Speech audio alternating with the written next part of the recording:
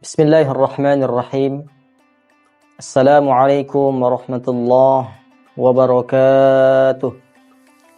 Alhamdulillahi rabbil alamin. Wabihi nasta'inu ala umurid dunya waddin. Assalatu wassalamu ala ashrafil anbiya'i wal mursalin. Sayyidina wa maulana Muhammad wa ala alihi wa sahbihi ajma'in. Qala Allah Ta'ala fil Qur'anil Karim.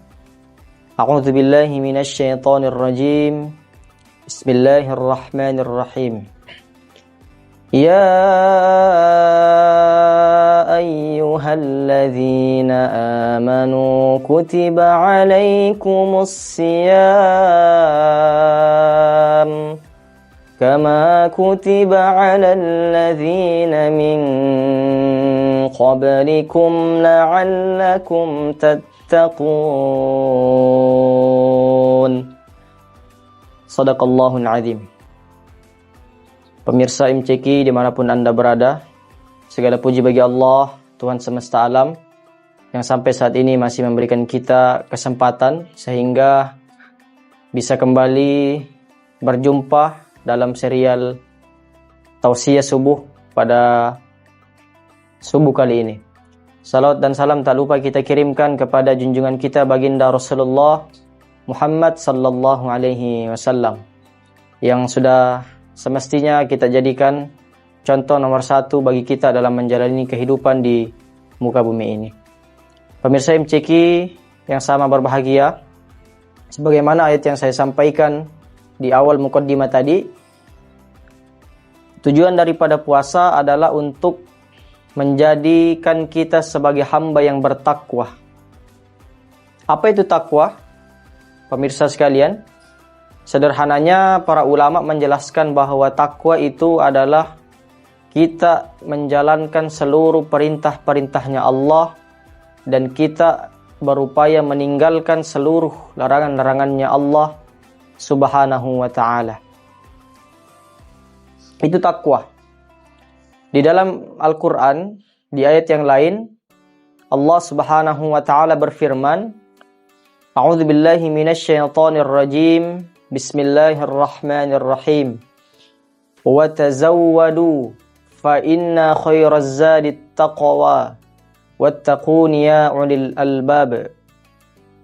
Kata Allah di dalam Al-Quran, dan berbekallah kalian, dan sebaik-baik bekal adalah takwa, dan bertakwalah kepadaku, wahai orang-orang yang berpikir.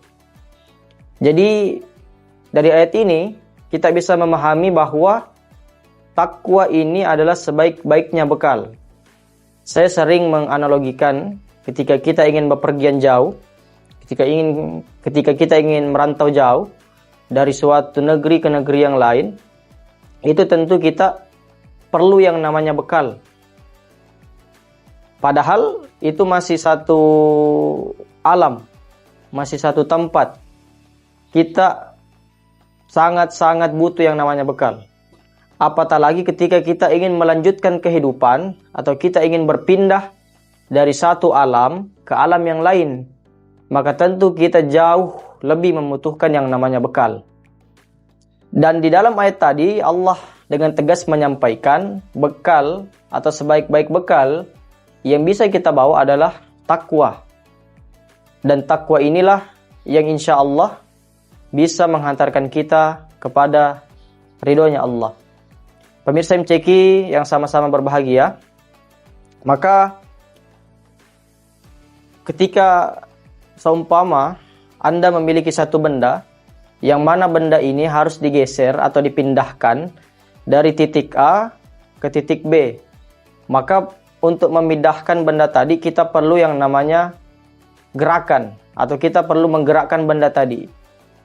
Entah kita mendorongnya atau menariknya.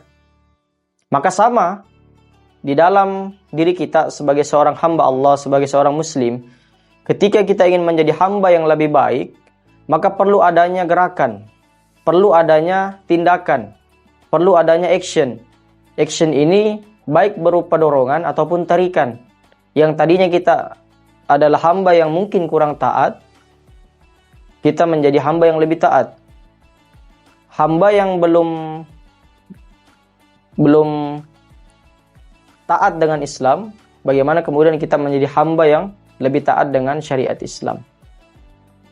Di dalam Al-Quran jelas, banyak kemudian ayat-ayat Al-Quran yang menggambarkan bagaimana mengerikannya siksa neraka. Misalnya, Allah menggambarkan bagaimana kemudian penghuni neraka itu kulitnya dibakar, begitu hangus akan digantikan dengan kulit yang baru, dan begitu seterusnya. Terus, sama juga makanan orang-orang penghuni neraka adalah zakum. Yang mana zakum ini ketika dimakan bisa kemudian merobek-robek usus-ususnya. Minumannya penghuni neraka itu dari nanah yang sangat menjijikkan. Nah, ini adalah gambaran atau siksaan yang Allah gambarkan di dalam Al-Quran bagi penghuni neraka. Semestinya ini bisa kemudian menjadi satu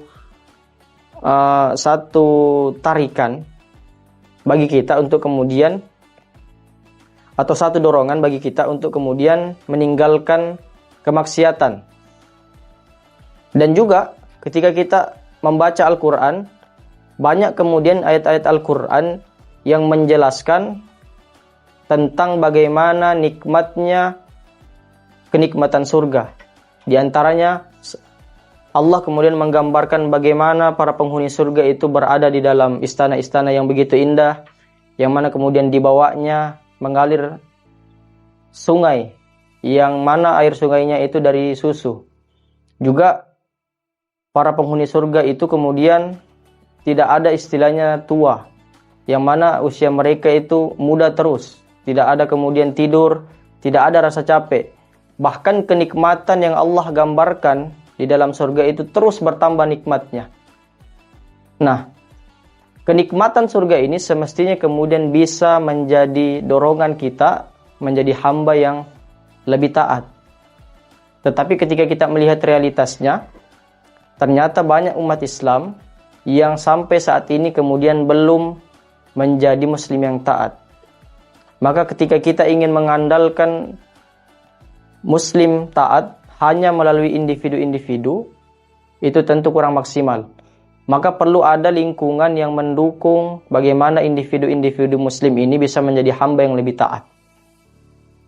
Dan lingkungan yang Islami ini, yang bisa kemudian mendukung pribadi muslim untuk lebih taat, itu tentu dibentuk dengan lingkungan yang mana lingkungan itu dipayungi oleh aturan yang Islami.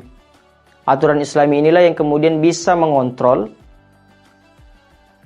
pribadi muslim untuk menjadi muslim yang lebih taat.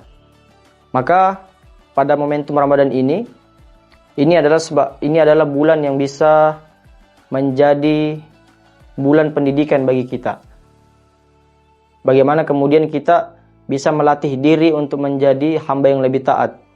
Bukan hanya kemudian taat di bulan Ramadan, tetapi juga ketaatan kita terus berlanjut sampainya akhir hayat kita. Dan semoga ini yang menjadi perhatian kita bersama. Ini yang dapat saya sampaikan. Semoga ada manfaatnya. Wa akhiru da'wana alhamdulillahi rabbil alamin. Assalamualaikum warahmatullahi wabarakatuh.